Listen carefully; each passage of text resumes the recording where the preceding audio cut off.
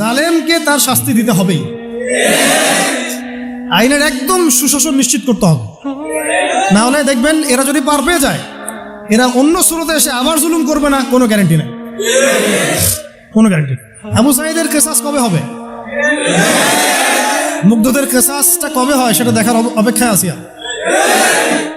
তাদের সময় মাঠে যারা ছিল, যারা নির্দেশ দিয়েছে, যারা পিছনে ছিল, যারা পর্দার আড়ালে ছিল, তাদের কি হয় পরিণতি শেষ পর্যন্ত, এটা আমরা দেখার অপেক্ষা আছে।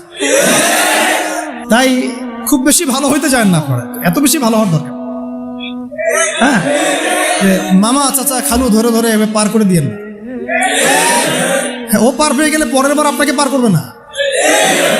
আপনারা ভুল করতেছেন। যাদের হাতে এরকম 100-200 ক্রস ফায়ারের রক্ত লেগে আছে, এদেরকে যদি আপনি মাফ করে দেন, তাহলে আপনার চেয়ে বড় আহাম্মক বোকা আর পৃথিবীতে কেউ নাই।